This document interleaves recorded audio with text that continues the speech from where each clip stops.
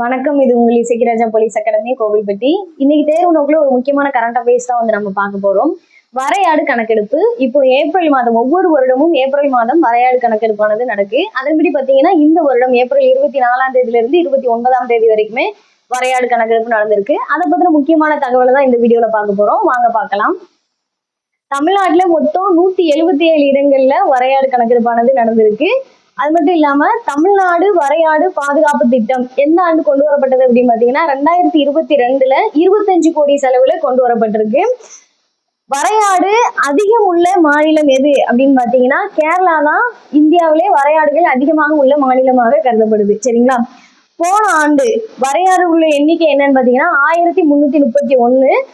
இந்த ஆண்டு இந்த எண்ணிக்கை அதிகரிச்சிருக்கிறதுக்காக சொல்லியிருக்காங்க. சரிங்களா? அது முழு விவரமும் நம்ம அடுத்த வீடியோஸ்ல வந்து பார்க்கலாம். இன்னைக்கு உங்களுக்கான கொஸ்டின் என்ன அப்படின்னு பாத்தீங்கன்னா, வரையாடுடைய அறிவியல் பெயர் என்ன அப்படிங்கிறத கமெண்ட் பண்ணுங்க. இந்த வீடியோ உங்களுக்கு பிடிச்சிருந்ததுன்னா லைக் பண்ணுங்க, ஷேர் பண்ணுங்க, கமெண்ட் பண்ணுங்க, சப்ஸ்கிரைப் பண்ண மறந்துடாதீங்க. நன்றி.